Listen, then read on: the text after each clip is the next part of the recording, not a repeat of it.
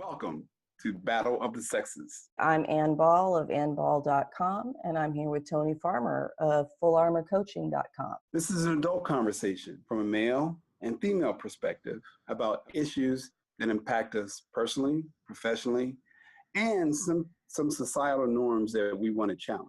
Hey, Tony, how are you today? I am great. How about yourself? I am doing really well. What do you want to talk about today? So in the last episode, we talked about rejection. Yep. And we talked about how to work around and work through and mitigate rejection. Uh-huh. I thought it might be cool to talk about acceptance. Acceptance acceptance of one's good and bad qualities, and acceptance of other people's good and bad qualities, and how to exist in those realms. What say you? I love it. I think it's a great idea, and I'm glad that you brought that up. So acceptance is important, and so many times when we're judging people, it's because we're seeing some of ourselves in that other person, believe it or not. Yet we feel the need to judge them. How could they do that? Well, look in the mirror. If you recognize it, chances are you possess that same trait. Acceptance, you got to learn how to love yourself, and when you love and truly identify with who you are, because we have so much that's been given to us through society. We have so much that society has taught us that isn't necessarily right.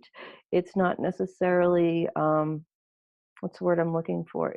It's not healthy for us. Yeah. There are so many versions of society that have happened over the last 12,000 years since the dawn of agriculture that it has literally turned the human experience upside down.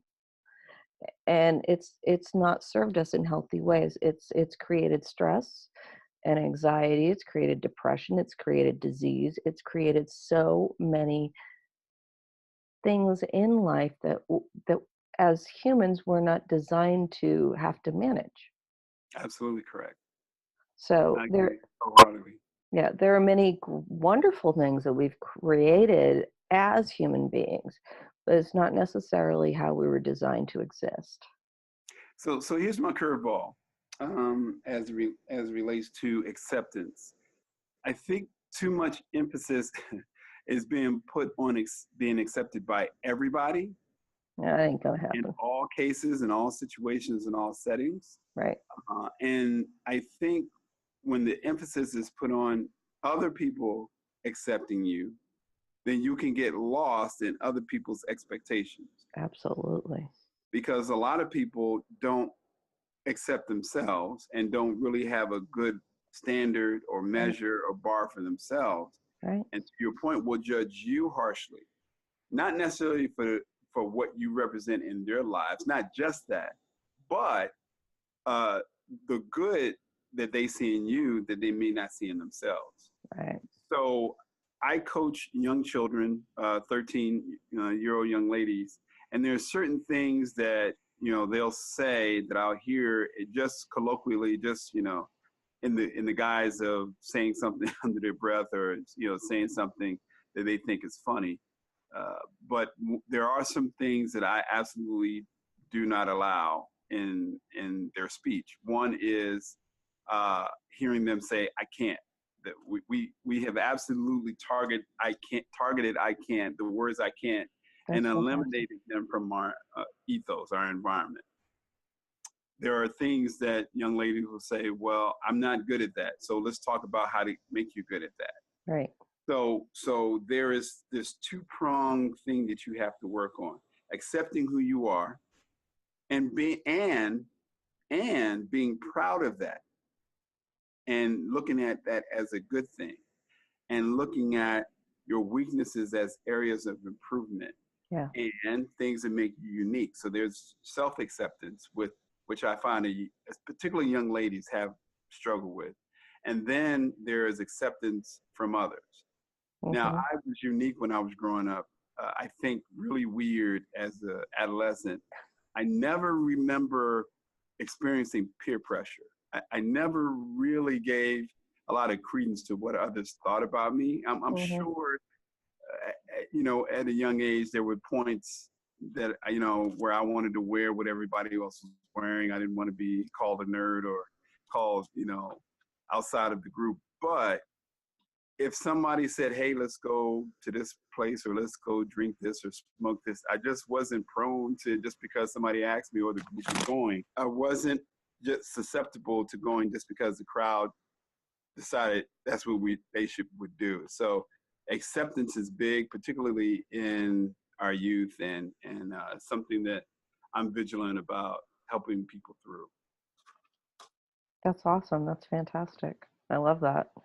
I love that even, when you look at your youth, that you made these observances and changes. And So talk about the things that you've done in your life.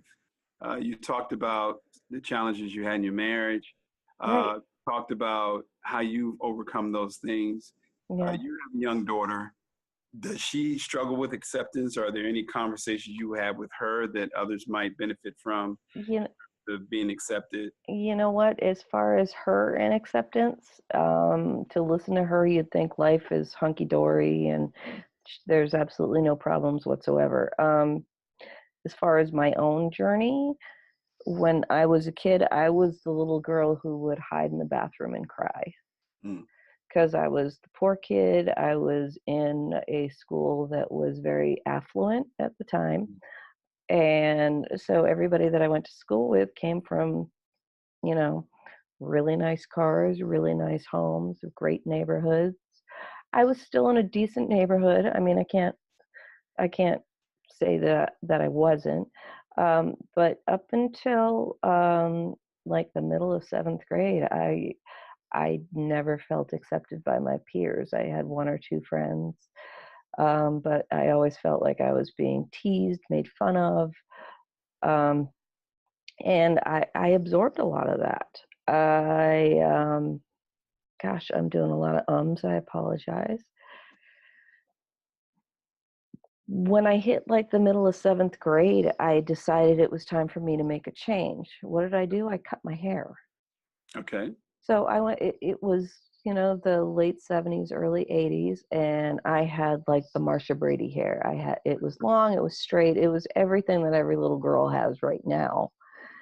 But back then, we were moving into the 80s, so everything was the perms Yeah. and haircuts and layers and all of that. So I actually got my first perm and my first haircut. So, I mean, probably cut off 10 inches of my hair and got it permed so that I looked similar to the rest of the people who were in my class. Right. And it was funny because that one day, that week, I mean, that was the weekend. And then I came into school that Monday and people didn't recognize me. They thought I was a new kid in school. So, Wow. That some of must my, have been interesting. it really was. It's just like, no, I'm Anne. So Hello. you almost got to recreate yourself, It, right? and that's exactly, Reimagine yourself. and that's what I did. I recreated who I was, rebranded myself for a, very modern entrepreneurial term.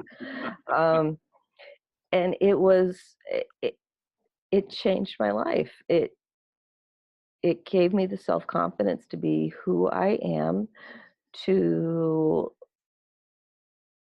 adapt myself into other areas, to make friendships, and to foster those relationships that are so important when you're in those formative years. Thank you for joining us for this edition of Battle of the Sexes. We're truly grateful that you've taken out the time to listen to us. We hope that there was something said or a topic discussed that helps you in your life or your relationships, helps you to get through a challenge that you're currently experiencing. And we hope that you dial in again. If you have questions or comments, please feel free to email Tony or I. You can reach Tony at tfarmer292@gmail.com or myself, Ann, at annball.com. Thanks again.